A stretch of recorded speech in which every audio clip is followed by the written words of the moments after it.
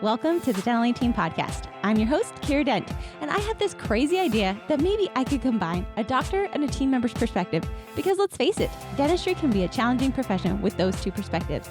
I've been a dental assistant, treatment coordinator, scheduler, biller, office manager, regional manager, practice owner, and I have a team of traveling consultants where we have traveled to over 165 different offices coaching teams.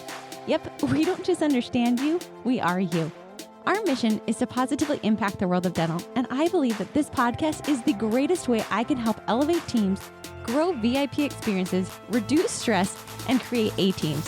Welcome to the Dental Team Podcast.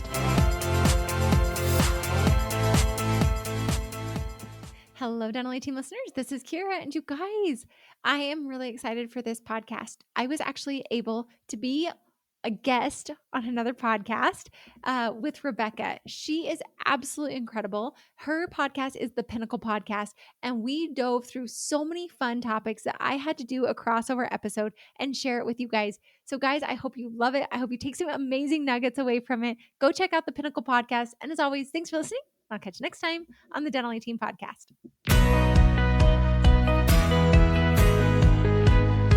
Hello, everyone. Welcome back to the Pinnacle Podcast. I am so excited to have Kiera Dent here with me today. Kiera is the CEO and founder of the Dental A-Team. So, Kiera, first of all, welcome. We're so excited to have you. Thank you. I'm excited to be here, Rebecca. It's truly an honor. And I'm just excited to chat all things business and women and all the things today. So thanks for having me. Of course. So for those who may not have heard of you, why don't you go ahead and give an introduction into who you are, what you do, and what the Dental A-Team does? Sure. So my name's Kiera Dent, and there's always the joke because I do work in dentistry, and they're like, is that a stage name? And I'm like, no, that like really is my name. It just took me 3 fiancés to get that name. So Wow. I didn't marry them. I just get disengaged easily is what I make the joke about. So I'm like, I just need better SEO with the first two. But I started out actually as a dental assistant, and then I became a treatment coordinator and a scheduler and a biller. And then when my husband went to pharmacy school, I got kind of savvy and he got accepted to quite a few schools, and I called all the different schools and I said, hey, do any of you guys give a spouse discount? Because I knew school was going to be really expensive.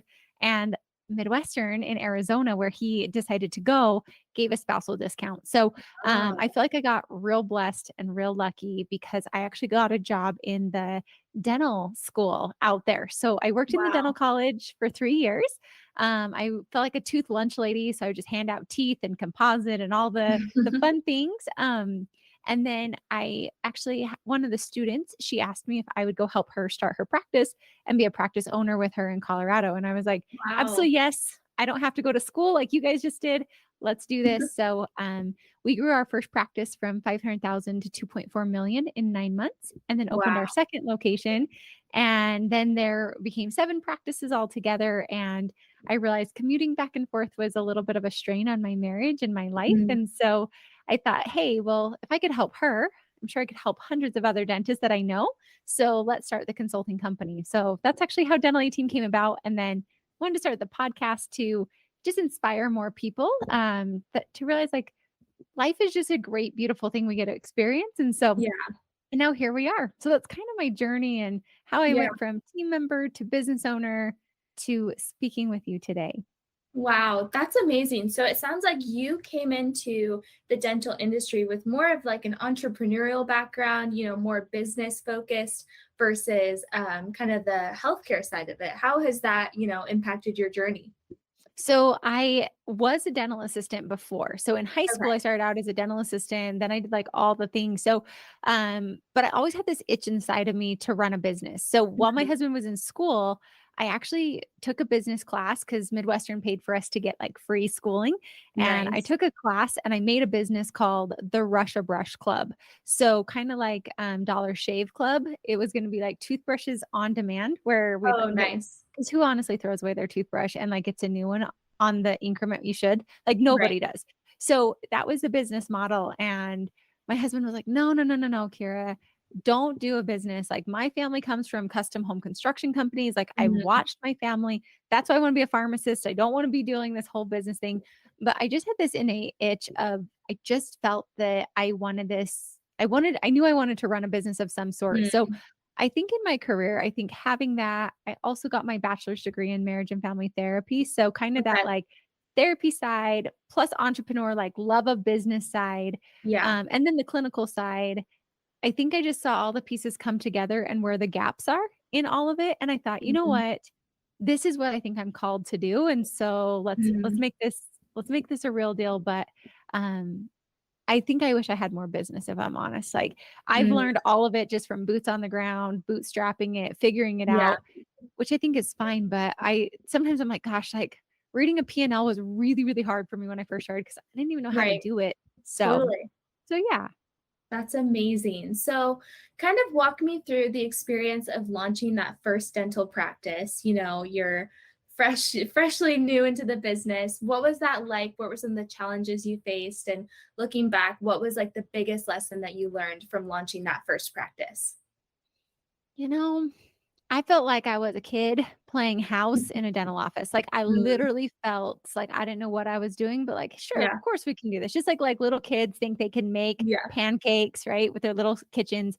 Um, and I didn't know what the heck I was doing, honestly. So it felt like drinking from a fire hose, which is I think is why I'm Mhm. so passionate about helping other business owners learn how to run your business successfully because Yeah. man, like when the tax auditor came in, I didn't know what the heck was going on. When we almost got sued by a patient, like Yeah.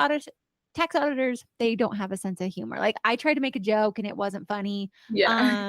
Patients trying to sue us, like again, things that I'm like, I don't even know how to prepare for this. Right. So I feel like just launching that business, the biggest thing I feel like I learned was I lost myself trying to achieve success. I felt Mhm. like if I just worked harder or I ran faster, I would be able to like it felt like if I ran faster and worked harder, I would make the end sooner. But Mm, like there is no end in business until you retire or sell. Like, yeah. that's the end. And so I was up at 2 AM working till 10 PM. Like, people love the story of 500,000 to 2.4 million in 9 months, and I'm like, "Yeah, it's a super sexy title, but it's not a super sexy life." Mm, And yeah. I think if I would have just, like, slowed a little bit and put systems into play and realized that I was truly on a marathon, not a sprint. Like Mm, I got into some serious health problems and my marriage started to deteriorate and my health mm, was deteriorating and like people don't see that behind the scenes. And so I feel like I wish I would right. have just realized like this is a marathon. Like the journey and the process and like it takes time.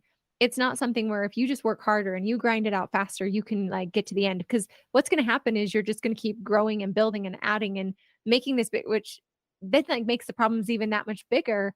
And I didn't Mm, realize that. And so I feel like I was chasing more of a status or a success or a destination mm, rather than realizing like this business is a journey and make sure that I'm yeah. living my dream life while also building a business. Totally.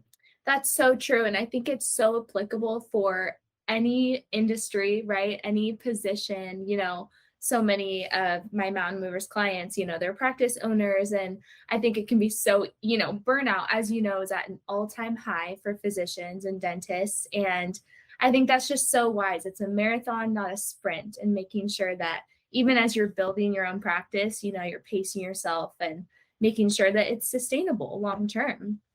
So Yeah. I love that. I love that take. So okay, so you had that incredible success of growing that first dental practice. Talk me through the process of realizing like, oh wait, I can make a business out of this. Like this can be something huge. I can help other practice owners.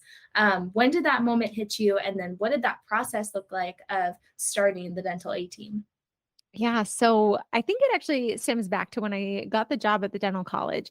Mm, Because I've really tried to place this in a timeline. And I remember in my interview, the dean of the college said, Kiera, why do you want to leave private practice and come work at a dental college? And it wasn't rehearsed. I mean, that's not a typical question. I hadn't even thought about. Like, honestly, I mm, was like just looking for how can I get my husband's tuition reduced because I'm terrified to be in debt. yeah.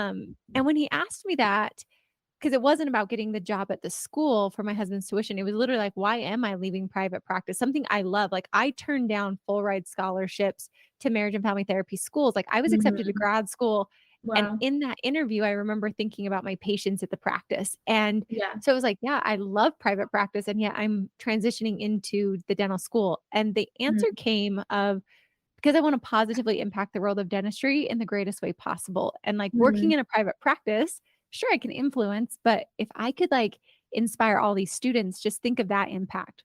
Yeah. So going back to that moment, well, then you go and you build a practice, right? Because now you're able to impact bigger, you're able to learn more. And then that same itch, it really came from, I remember thinking, like, if I could do this for this one student, like every class had 175 students and I was there for Yeah. 3 years. I saw 5 classes worth of students. Like there were so many people in my sphere that I thought, like I have a moral obligation to help these students learn and have a resource in the industry. So not Mm. to sound like I'm such a great person. Like, I'm not trying to paint that picture. It truly came from love of these students and also wanting Yeah. to help the best dentist win. And so I thought like, Mhm.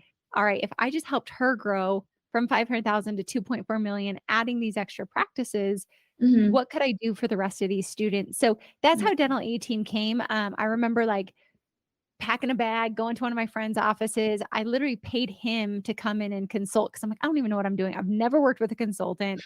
I don't even know what this should look like. Like, let me just Yeah. come practice. And when we saw, we were able to add, he was doing about 100,000 to 120. And I was there for 3 days and we added 50,000 to his production for that month. So he went from Wow. 110 to 160 in 1 month. I Wow. thought, okay, this wasn't just a one off. I Yeah. think we know what we're doing. And if we can help the best dental offices win, like that's my mission to help just positively impact this world of dentistry in the greatest way possible, which then led to Dental A Team, which then led to the Mhm. podcast, which now leads to us traveling all over the United States, helping practices. We've even traveled outside the country. But Mm. really, I just want the best dental offices to win and I want them to be successful and I want them to have happy lives. Yeah. And then I think it's just also helping the team too, because everything's usually directed to the dentist. Like, let's help Mhm. them. Let's give them the CE. And I'm like, yeah, but you've got all these people that they're trying to get on board. That's a Mm. Yeah. heavy mission, a heavy load. So let's Right. elevate both together, make Mm. life easier, and then give an even better patient experience at the end of the day as well. I love that. That actually perfectly segues into my next question, which is so you guys actually go to the office, you travel to the office. Tell me about, because that's pretty rare, Mhm. for dental consulting companies. Tell me about how you came up with that idea and why that has been such a big part of your company. Yeah. So, funny story. I believe heavily in vision boards. And I always say, be Mm. careful of what you put on that vision board because it will come to pass. So, when we were at Midwestern in Arizona on my vision board, it said travel the world. And then there was a type it on right next to it. And I've always just had an obsession with traveling. We just came back. Mm. New Year's, I rang in the new year in Bali, and that was my seventh Wow. continent. Which most people think it'd be Antarctica, but I got that pre-COVID, and then Wow. Asia was my last one. So, That's um, amazing. I think it was really I just wanted to travel and I wanted to travel on someone else's dime. Yeah. And so like, why not? This is super fun to go to their practice. But as Yeah. it's evolved, I mean, it sounded real glam and glitz until you're gone 265 days a year. That Yeah. puts a strain on your relationship as well. But for me, I feel like I started noticing that going into an office, doctors and teams don't even know what is possible, right? I Mm. had that as a team member, as an owner. Like, I Yeah. didn't know what other offices were doing. You're kind of on an isolated island. So I think for us flying to a practice, yeah, it is hard. And to find travelers who want to travel across the nation and leave their Yeah. families, like, it is a really hard business model. But I just think when we go into those practices, it's like I feel like it's Mary Poppins and Marie Kondo come together and have a baby, and we're just come in and it's like shake and bake, figure things out, help you see things that you didn't even realize, and to leave those practices with more ease and happiness and team buy-in and a better patient and team experience. And I was able to do that in a matter of, I mean, it's very fast. It's a day and a half. Mhm. That to me is so valuable, and I think of me as a business owner and as a team, like, what do I wish I would have had? I wish I would have had a freaking fairy godmother fly in, like, boop, boop, boop, like, it's done, all these things I didn't even Yeah. realize that could make my life easier, but you're right, it is a strain, but I think the consultants who do travel we just have this love for travel and helping people just make their lives easier Yeah. that we typically hit almost all 50 states every single year. Wow. And it's just something fun to be able to share and help offices realize like they're not alone. You're not Yeah. on an isolated island, and we're going to bring you everything from hundreds of offices, and you get that experience in your practice. Yeah, that's so cool. And I think there's something to be said for being face to face with your clients and being in their world. And I'm sure you pick up on so much more than you would, over a phone call or Zoom. And like I imagine that insight would just be on another level when you're actually there. Yeah. So when you go, to meet a practice owner for the first time and you're meeting their staff, and what are some of the first things that you pick up on in a dental office, or some things that maybe you could tell our listeners, if they own a dental practice, what are a few things that you would recommend right away to strengthen, their practice? Yeah. So first things first, as a team member, teams are terrified of consultants. So you've got to like limit that and realize like, I'm not here to fire you.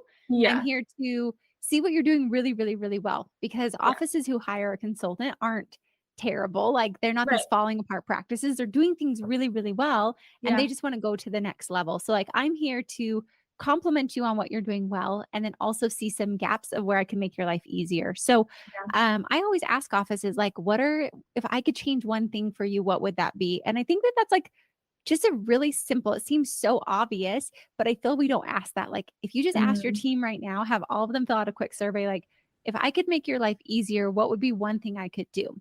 And then what mm, I start to see is you see patterns. And I'm really big on pattern recognition, because typically your team is all speaking the same things. And so most of the time, teams don't care about production. Like, yes, they care about it if it's going to tie to their bonus, or if it means we yeah. keep the lights on, then they care. But if they don't realize that like production is helping the patient experience, typically Mm, they don't care about it. So I would say when you're trying to make changes, translate it to where it's going to be easier for your team and help them realize like this is actually going to make your job easier. So yeah. quick wins though, when I go into an office, first things I'm always looking for are like, they're very basic. And I tell everyone, I'm like, people ask all the time, Kiera, how do you go into an office, flip it like a 10 to 30% increase in production within your first 30 to 90 days? Like, how do you do this? And I'm like, Yeah. the answer is it's the simple low hanging fruit that you think is like not important that will Mm, flip a practice. So what I'm about to share, Rebecca, is nothing glam. It's not glitz. mhm, It's literally the like, brush your teeth, floss your teeth, and you're going to not get cavities.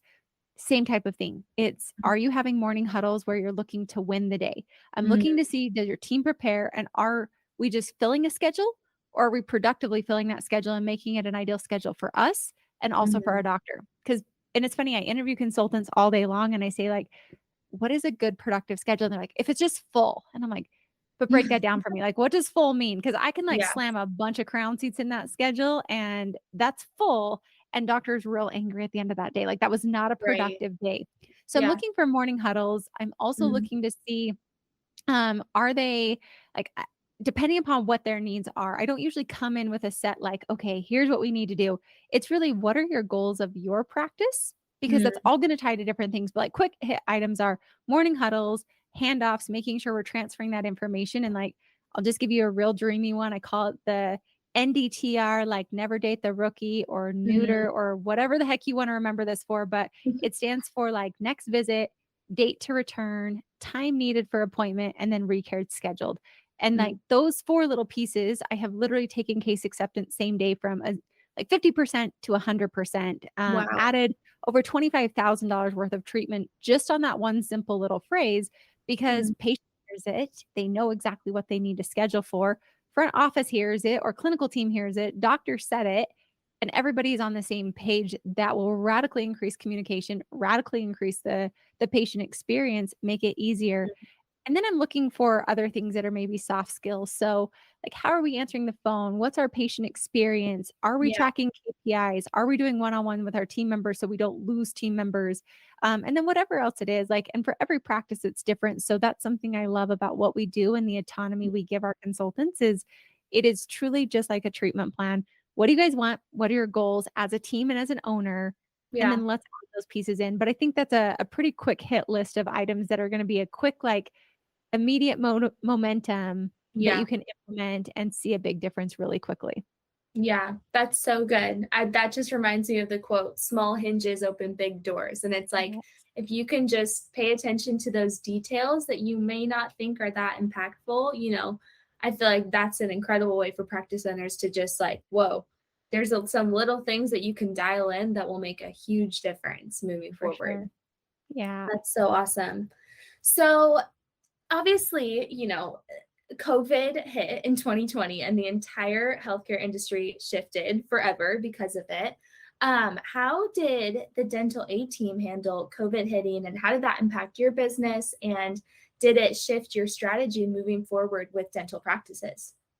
Yeah, I mean, we went from a traveling company to a it's like planes are grounded, no one's flying, offices are shut down, Yeah. and I just feel real thankful. I feel like I'm like a squirrel with a lot of acorns, and I'm always Mhm. afraid that life's gonna fall out from underneath me, so I'm Mhm. constantly, like, building over here, Mhm. and so we actually had online resources, and we quickly pivoted as a team to online, and so Yeah. but again, our my model and our mission is to positively impact the world of dentistry in the greatest way possible, so our team Mhm. got together and we did, like, consultant roundtable. We realized, like, you guys have a ton of time, so we started running, we called it Workshop Wednesday, and we Mhm. started running workshops to help offices get their operations manuals created and done Mhm. during COVID. Because we're like, "You guys, you beg for time." Like, I Yeah. hear that in every practice. I'm sure you do too, Rebecca. Like, "Kiera, I Yes. just don't have enough time. I just don't have enough Yep. time. I just don't have enough time." And I'm like, "You guys were just gifted with a truckload of free time. So, Right. like, let's make the most of it." So, we really pivoted, and I feel super blessed and super fortunate that we actually grew during COVID. We were on a lot of webinars. We were trying to give out Mhm. as much information as we could. We had tons of online resources for offices.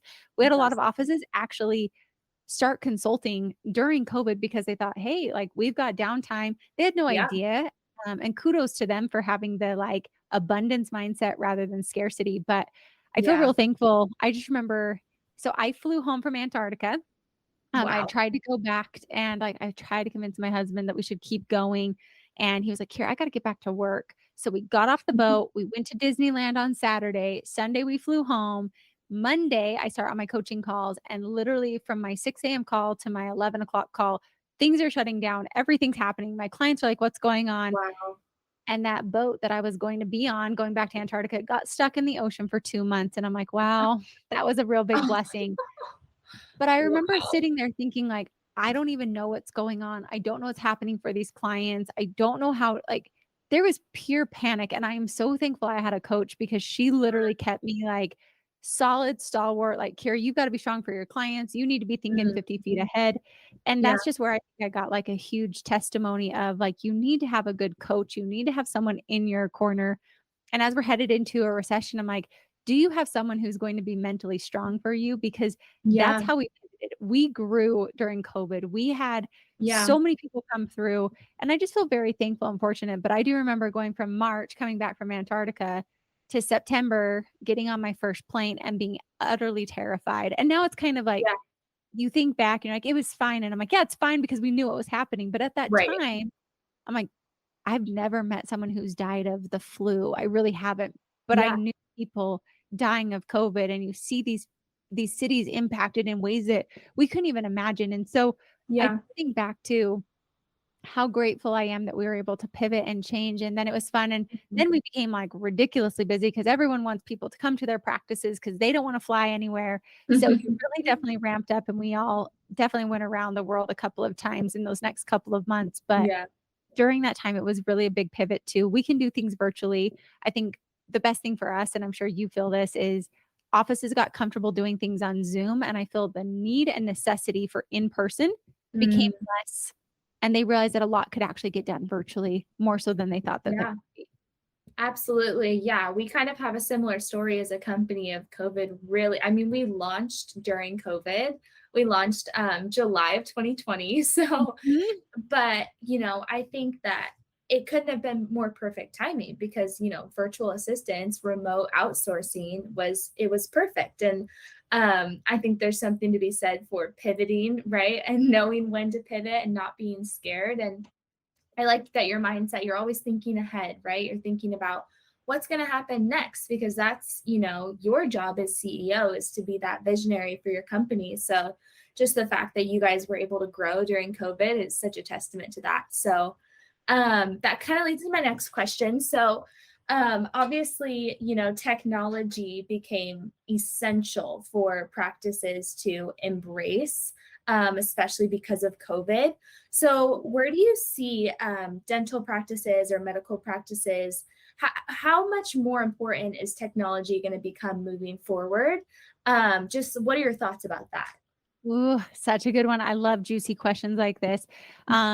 Because I feel dentistry is stuck almost in the 1800s. And I'm either going to be like really well liked or really hated based on that comment. And I'm okay with either one. But I just think we're such a dated industry in so Mhm. many ways. Like when I hear offices say, like, Kiera, we don't collect when they're leaving the practice. Like, we've never done that. We just send them a statement. And I'm like, do you go to the grocery store and put it on your tab? Because I'm pretty confident those days are over. Yeah, Um, I just feel that that need for technology is so paramount, and I yeah, feel offices that will take advantage of it and not be afraid are going to be the offices that absolutely crush it moving forward, like, and it's yeah, so fun. I mean, I just think, like, you even go to restaurants, QR codes were a dinosaur pre-COVID. Like, people were yeah, like, "We don't use QR codes. Those are dumb. Those are a thing of the past."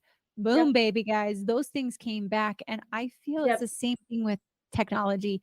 Whether it's you outsource your, insurance, or you have a virtual assistant, or you have these different things that are offered. If you have, like, AI is coming in hot and strong, and I yep, think any business out there, any practice out there thinking that we're just gonna keep it as is, I feel you're in for a really exciting awakening when you realize you were left behind, and it's mhm, gonna be really hard for you to catch back up. So, I'm on, like, a mantra of, like, "Guys, like, get on board now, start yeah, thinking ahead, look to where the future's going. It's not going backwards. There is no, like, return to normal. This is normal, and it's just yep, accelerating. DSOs coming in, like, it's not going to stop or slow the pace." And so I mhm, think you've got to get on board, embrace it, love it, find ways, because also I think our culture around work radically shifted as well. People realize they didn't have to work as much. They yeah, don't need incomes. They can get by on a lot less. They'd rather travel and be with their families. And so you have this workforce shift of mindset. People don't mhm, want to work as many hours. You have so then we don't have people. We're in a right, hygiene drought, which is kind of starting to come out, but still you're in a hygiene drought. Now we're moving into a dental assistant drought. Like, mm, it is paramount to outsource, to find things. And what's great is then those companies, they take care of it for you, and they don't you like they worry about people calling out sick, but your business can flourish and move. I don't think dentistry will be yeah, replaced. I think there will be always a need of hand skills and whatnot. But I yes, do think a lot of what we do is definitely on its way to being replaced because it has to. And I yeah. think that that's a beautiful thing for our industry. Yeah, I totally agree. I think, yeah, it just goes back to, being strategic about looking ahead and figuring out, we know we're going into recession. So how can dental practice owners prepare for this oncoming recession? I'm sure that you are having these conversations all the time with your clients. So, what are a few things you can tell our listeners to, how can they prepare? Because everyone is freaked out. You see the news headlines, you hear all the whispers, but it's just so uncertain moving forward. So, what's some advice that you would give?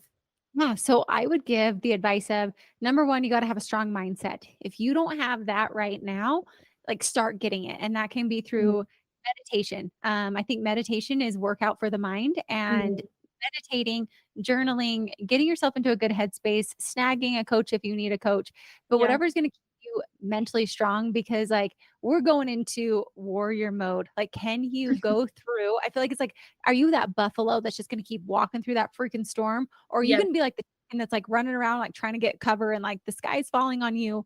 yeah, Who are you being? You gotta get that mindset locked down solid. So that's number yeah, 1. Number 2, I think also be really smart with your finances. I feel like mhm, business owners have a responsibility to know their numbers, and if you don't know it, yeah, like, you better learn it and start getting money in yep, reserve, because if you've got that, it's not gonna be scary. You're gonna be able to pivot, you're gonna be able to yeah, morph, and it's going to help you feel a lot more secure. So that'd be yeah, number 2. And then number three, it's like outsource, figure out solutions. Like, let's pretend right now your entire team left. Like, just for an instant, like, poof, it's you. You've got a full schedule. What softwares, what technology out there could you Mhm. immediately implement tomorrow that's going to replace this workforce? Because I think with the economy shifting, people are going to make weird decisions and it's not going to make Yeah. sense. They're going to be shifting. And so I would have a plan of my resources like on speed dial, ready to go. That way, in a moment's instant, like if people lose their front office, and I'm like, okay, have you trained your clinical team to be able to present treatment plans? Can you Right. take payments in the back? So, like, whole front office, poof, gone. Can your Mhm. clinical team take care of that? Could you Yeah. outsource your billing? Can you have somebody who can answer your phone calls for you? Can you have different people in different places? What Yeah. about training? What about onboarding? Like, do you have these processes in place right now? So you could literally go hire someone awesome at Starbucks and they could Yeah. come in and be a killer dental assistant. And if you don't have that, build that now. And then that way it's like, and then bring it on. Be excited, generate, accelerate. Mhm. I think like recessions are where billionaires and millionaires are made and the best Absolutely. companies are created during this time. And I Yeah. think it's because the strongest, they're mentally strong. They thought ahead, they prepared, and then they pivoted and morphed and didn't sit here and think, why is this happening to me? But Mhm. instead, like, all right, how are we going to get through this like that buffalo going through the storm? And they Yeah. make it and they're beyond successful more than they ever could have imagined. Yeah, it's so true. Yeah, something we talk about a lot is grit and having that grit to keep moving forward. And really, like, it's all about the people that you have on your team. If you have the right people in the right places, you're going to be able to get through any storm, as long as you're thinking ahead and being strategic. So, I wanted to ask you because obviously you've built a very successful company. Your entire job is helping others build successful practices, and a huge part of that is staffing. So, what would you say is your philosophy for finding the right people? Like some of the things that you look for in people. What makes someone an excellent candidate that you would immediately say, I want them on my team, or they should be on your team for your practice? Yeah, well, and thank you for that. And I'm so glad you said that because with this recession and all these pieces, that's another piece of like, you've got to have a place that people want to work. So, Yeah. like, what do you need to do? I'm not talking about like you're bringing them coffee every day. Like, that could be great, but how's that culture? Is the trust in your company? What is the grit? What are your core values? Like, and Yeah. is that really core of your company? So, Mm. with hiring, I actually have found a lot of different things. So, I'll give a like really cool piece out there to the listeners. This has saved me literally $15,000 last year. There's a Wow. company called Viva HR on our website, you guys, or you can let them know Dental A Team has it. I have a discounted rate, but they Mm. allow you to post on every single platform for $99 a month, unlimited posting. And that to me is like just allowing these practices to win. So number one, like use your resources again. Let's be smart Mhm. with how we're doing this. But the second thing is like we're not great interviewers. There's a lot of ways that you can't interview and we don't know and people can charm you. And so I think having Yeah. grace for yourself of like you're going to do the best you can, but I do think that there are some tools that you can have. So I am real big on like put your money where your mouth is. So if you Mhm. tell me that you're an incredible biller, when they come in, I make them like say like, okay, perfect, pull my AR report. Tell Mm. me what I need to do. So Yeah. that way I can see, do they actually have the technical skills that they say they do? If they're a treatment Yeah. coordinator, I'm like, perfect. I'm your patient, present this treatment plan and print it out and watch them present it to you. Can they present financing? Are they afraid of money? Give them a huge one. Like, let's do a $50,000 all like complete implant case. Can they present that to you? When they're Yeah. scheduling, be a patient, have them actually answer the phone. When they're assisting or hygiene, like have them actually do the work, I think is a Mhm. really good That's way good. to not subjectively like them, but also make sure that it's something where objectively I can say, yes, they actually have the skill set. And then Yeah. there's another really cool program that's out there, and it's called Culture Index. And we've actually worked with them a lot. We've got a lot of discounted rates through them. Mhm. But a lot of our offices are using them. And what's really cool about that is you can actually see like, for me, I'm a people person and I love people. So if I met Rebecca, I'd be like, oh my gosh, I love her, bring her in because Mhm. I just like you. You're a really Yeah. likable person. But my gut and liking people has gotten me into not the best places sometimes because I'm like, shoot, Sure. I like this person. I can't fire them. Like, ugh. So Yeah. culture index allows you to actually see a profile of a person and ensure they're who you actually want to hire rather Mm, than who you think you want to hire. So I feel like those are like some really good tools to go out there to have it not be as subjective of like what's mm, my gut, how do I feel, but to actually have a process around hiring and hiring these great teams because it's yeah. crazy. Right person, right seat is freaking magic. Right person, wrong seat is just like grinding gears that aren't meant to happen. Yep. And then wrong person, wrong seat, that's just definitely a disaster. And it's kind of funny because I had a lot of trainings about hiring yesterday. And there's a quote right here that says, and it's by John D. Rockefeller, and it says, "Don't be afraid to give up the good to go for the great." And I Mm, think with hiring, so good. sometimes you really just think like, "Oh, this person's good enough." And I'm like, "I don't want freaking B or C or D team players. We Yeah. want A team." That's why I named it the A team, Yep. because you have A team players, things are so much easier. It's easier to manage. It's easier to get things done. And I'm not trying Yep. to like push them to make it happen, but they're equally rowing with me as well. Mm, I love it. Yeah, that's so good. Everything you said is so true. And I think that, yeah, that's such a key to growth is just getting the right people in. And it definitely takes time. And, I've had people on my team where I look back and I'm like, I wish I just had waited for someone that I loved to hire and that I knew would be amazing instead of just trying to fill the role just because, oh, they're good enough. So I can totally relate to that. So I think just having that patience that's such a good tip for practice owners. I think like what kind of a practice do you want to have long term? Yeah. Like, do you want this like sloppy seconds? We'll take whomever we can get. Or Mhm. do we want one that's like elite? No, we're going to be patient because I will promise you, your good team members would rather wait for the right ideal person than put Yeah. someone in there who's just going to be harder, isn't showing up on time, and creates more problems long term. It seems like, and it's like, choose your heart. Is it harder to wait Yeah. for that perfect person? Or is it harder to hire someone that's not ideal? You either have Yeah. to fire them or mentor them or give so much time, energy, and exhaustion. Choose your heart on that Yeah. and believe that you like sloppy seconds. Like you deserve the best and you should have the Right. best and they are coming Yep. and know that they're truly on their way to you. Love it. So good. So, talking about culture and, establishing a strong culture that's going to make people want to stay with you long term. How do you go about creating a strong culture? Say you are consulting for a practice that they're struggling with that. They don't really have core values or a mission or a vision. What are some ways that you can build that up and, keep your people long term? Yeah. I'm glad you asked because this was something I didn't do well. And Mm, I was so concerned about people liking me and mm. trying to create this culture where everyone was happy. And I'm like, that's not going to work out. So I realized that culture, I read a great book. I'm sure you've read it, Extreme Ownership by Jocko Willings. Like Mm, when I read the line that everything good and bad is a direct reflection of me as a leader, I think mm, I like stopped, my mouth dropped open. I felt like I'd just been stabbed by someone because mm, I realized like my team is just a mirror to me. And so if I've so got good. turnover, if I've got people who don't want to be here, if I've got lazy workers, like that's me. Like Kiera, like Right. wake up. And I remember there was a moment I felt like I like almost out of bodied in my own company and I was watching and I'm like, "Oh gosh, I've made all this and I don't even know how to get out of it." And I feel like I say that culture is such a tricky thing because we're in a world of instant gratification and culture is a Mhm. slow burn with minimal Yeah. gratification for a long time. And Mm, so things that I found are number one, like figure out what your core is. And we can sit here all day long and think of core values. And I can't remember what book. I wish I could to give credit to this one.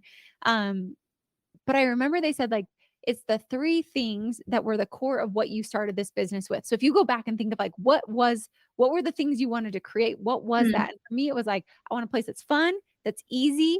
Like we're gonna make things easy for people and we're always gonna do the right thing. Like those are mm. my three cores.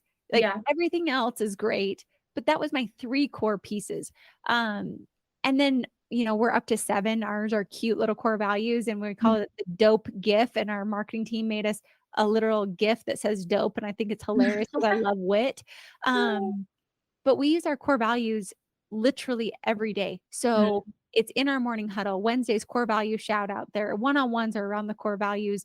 And mm, that to me, I feel like I'm subconsciously and consciously infiltrating in my team who I want them to be here at work. mm, On yeah, day one of your interview, or like I ask people about the core values and which one resonates with them. And when they come on, I have a brand new team member starting today. And I literally spent my 10 minutes with her was all around our core values, saying, this is our mhm, culture. This is what our core is. This is what these means. And this is what I expect of you. And this is what our team is like. yeah, That is going to make it amazing. And then you read Five Dysfunctions of Teams, the bottom level is trust. So I'm like, are mhm, you actually having trust, like vulnerable conversations? Are we having peer to yeah, peer accountability where it's not just leadership to peer, but peer to peer? Are they holding mhm, each other accountable? Are they saying things? Are we wow, gossiping behind each other's backs? Like, that's the type yeah, of stuff that will drive people away. It's not money. It's yes, right, he's appreciating them, but is it a workplace that makes them feel trustworthy? Is it a workplace that has that? And then my last tangible is, and this one's hard. This one, I was not a lover of this. This is like doing sit-ups and you don't see the freaking rewards for like months, forever, like until you stop eating cookies. Like it's yeah, there. Those bottom two abs never come in until you like really work hard. And I think that's how this was. But every Friday I actually write an email and a lot of our clients will do this. And I call it the Friday Five. And it's five highlights or five things that need to be identified or five good things that happen within your organization. And what that is again, it's that subtle infiltration of your culture. It's mm, highlighting team members who are living the examples. And mm, I don't highlight every team member. Like, I don't give everyone an award and I don't give everyone yeah, a trophy. And what I've seen is it took me a solid year of Friday fives and morning huddles and core values and monthly one-on-ones with the core values in there mm, before I saw this shift to where I'm like, I actually think our culture is a place that has raving fan team members that mm, are content. Like, I don't think everyone's gonna be happy. I don't think it's yeah, always gonna be great, but I think people are content. They mm, love what they do, right yeah, people, right seats, and it's having uncomfortable conversations too, because that builds that trust and honesty. So, again, I yeah, feel like culture is such a I think it's hard in our culture today because we want it immediate. And there's so yeah, many, I mean, guys, you can Botox and you can be a young woman or man again in like a second. We can go right, get our hair done. Like we can get a tan. We can filter ourselves, like all these different things we can do and instantly make our lives better. right, But culture is this very low, slow burn yeah, that takes time to build. But when you have it, it's unstoppable, it's undeniable, and your team operates without you there doing how you want it to be done because they love what they're doing and they're bought into that culture. yeah. That's so good. I love it. It's like, once again, going back to it's a marathon, not a sprint, and you're not going to see, incredible results overnight. So I think that there's so much wisdom. You're bringing so much wisdom. I love it. Like this is just awesome. Thank you. So I wanted to wrap up with a few questions about just your personal journey and how you became the leader that you are.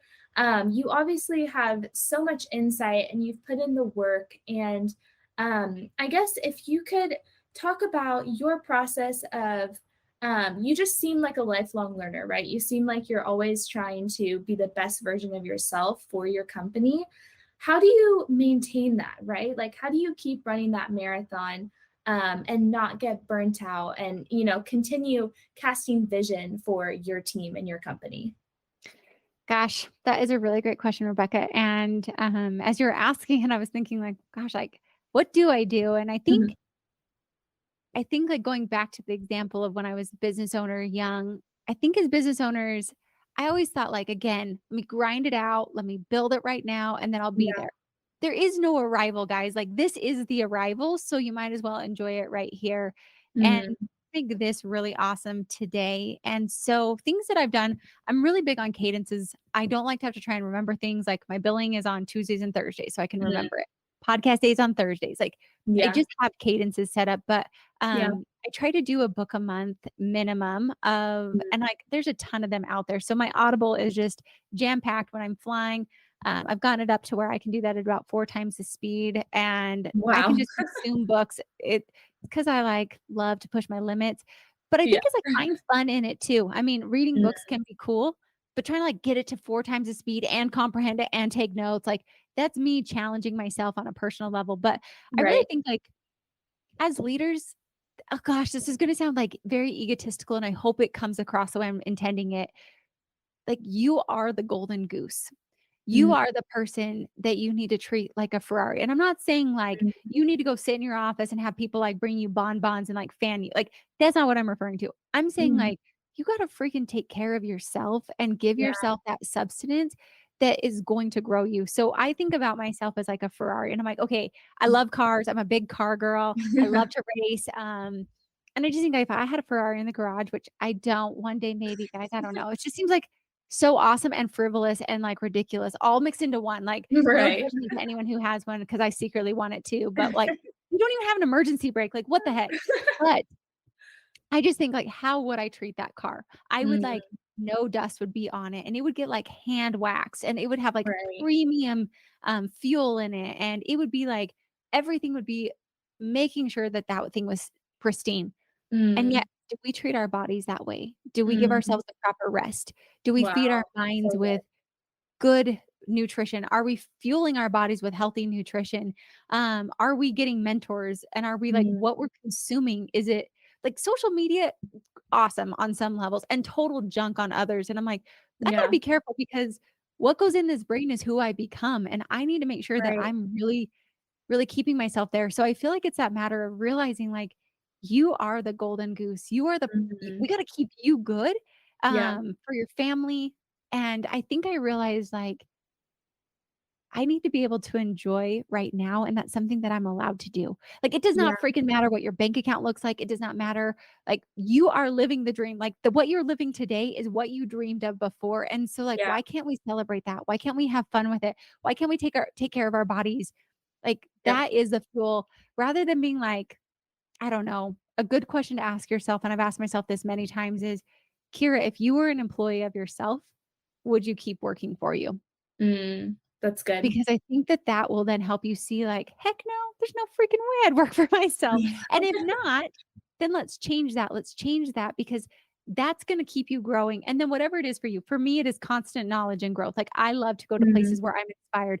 I don't wanna Yeah. be the smartest person in the room. I wanna feel like dumb because then I know I've got really smart people that are inspiring me to be better. So I feel Yep. like it's a mixture of, like, take care of your body like a Ferrari, make sure that you're living and loving what you're doing right now, and then have like good mentors or things that are fueling you in your mental mind that's making you think bigger. Get a like peer group that is something that will help you see far beyond what you could be. Like I remember being in an audience and there was this girl and she was super super ill and I felt so good that like I donated $100. And then I Mm, remember someone stood up and they donated 10 grand. And wow. I looked over and I'm like, I want to be them. I want to Mm, have it to where disposable to give to a cause that I feel so like compelled to give to and want to give yeah. that I could drop 10 grand in a second. But if I would not have gone to this and seen what was possible, I wouldn't have been able to think bigger. And so get around people that make you think bigger and, like, don't compare. There's no need for comparison. It's very easy to do, but, Yeah. like, you're on your own journey, Yeah. but be around people that help fuel that vision of who you can become, of what you can become, because without seeing that, you're always dreaming in your world of how big it can be, and there's a world outside of you that you were made to be. So level up your peer group. I think for me at least, that's what helps me really maintain that leadership sharpness, if you will. And then just like read good books. There's so much wisdom and knowledge in the minds of people around us, and it's so available. Like, spend your time doing that instead of scrolling and comparing of like why your practice isn't as great. So that would be my Mm, recommendation. love it. That's such practical advice that, it's so simple, right? It's like read books, exercise, get enough sleep, surround yourself with good people, but it's so hard to follow sometimes, as you're getting caught up in life and work. Thank you so much for all of that wisdom. I want to wrap it up with one last question. Looking back, if you can give your 20-year-old self one piece of advice, looking back and knowing that you were filled with dreams and hopes for the future, what would you say to 20-year-old Kiera? I think I've got two answers. I've got like a soft skill one and a tangible one. And my Yeah. tangible one would be know your numbers and start investing now. Like you Mhm. hear it all the time, but like we don't do it. And I wish I would have known my numbers better. Like what is profitability? What is overhead? What Mm, should I be preparing? I think that that just cuts out so much stress and allows for so many more options in the future. And I like options. To me, that's ultimate success is being able to live my life the way I want to live it, the way I choose to live it with freedom to do what I want to do. So that would yeah. be like tactical. Mhm. The soft side would be like, just go for it. Like, love yourself and trust yourself. Like, you're going to do it. And if you have that itch inside of you, it's never going to go to sleep. Like, Yeah. live it, do it. You are called for something. And whatever you choose to believe spiritually, I feel that we really are like we have innate greatness within us. Mhm. I just often think that we hold ourselves back and we come up with every reason not to do it.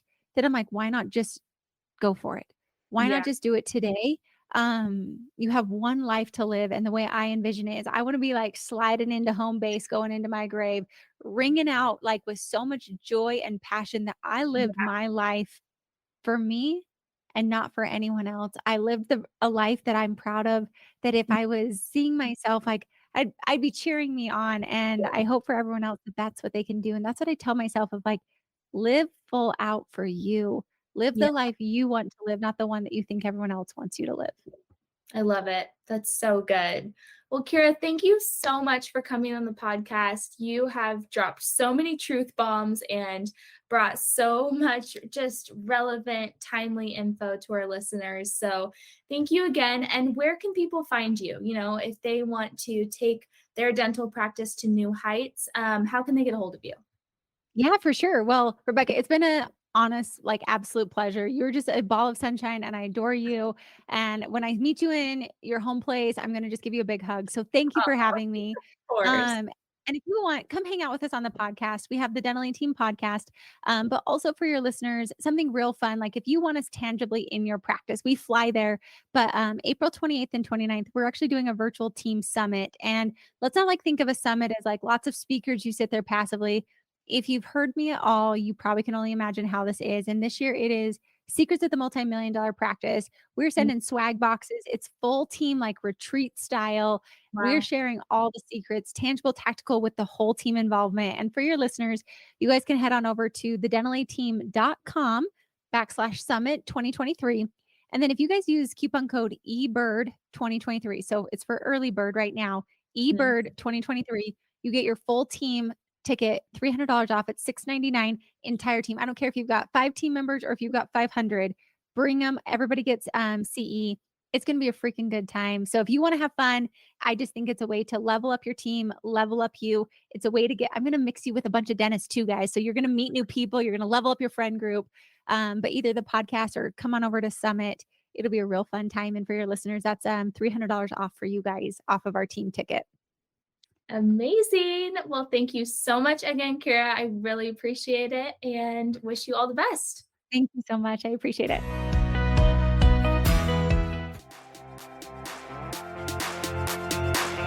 And that wraps it up for another episode of the Dental Team podcast. Thank you so much for listening, and we'll talk to you next time.